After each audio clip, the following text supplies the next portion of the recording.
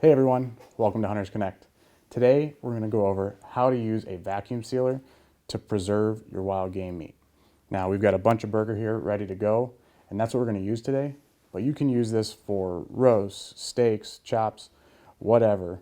Today we're using just a roll of bags. So what we're going to do is I've cut them to the size that I want for burger, and then we'll seal them, put the meat in, and then vacuum pack them. So we'll vacuum them and create a seal.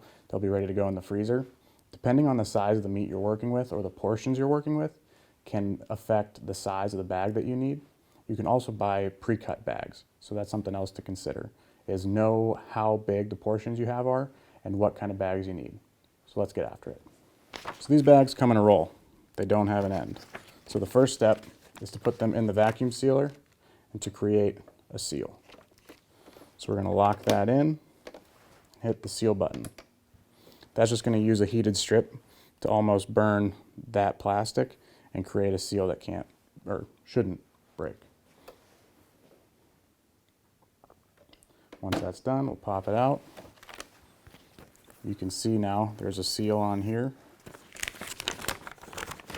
and it's now a bag. So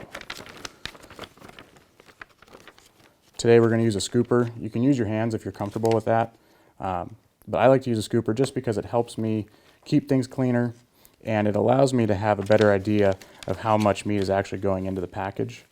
I try to plan for roughly a pound per package of burger.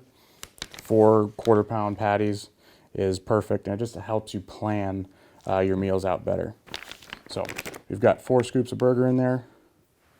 We're going to put it on the table a little bit to help that settle out. And then we're going to put that in the little trough in here. Close it up. Lock it in. And then we're going to hit vac seal.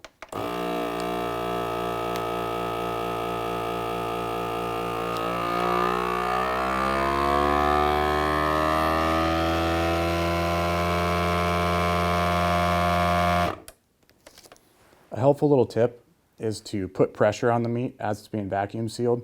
As the vacuum's pulling the air out of there, that'll help the meat fill up those gaps and push any extra air that might be trapped in that ground meat out. It'll help it stay longer in your freezer and taste better when you're ready to cook it. Now that that's done, all that's left is to label it, put it in the freezer, and enjoy. Thanks for watching Hunters Connect.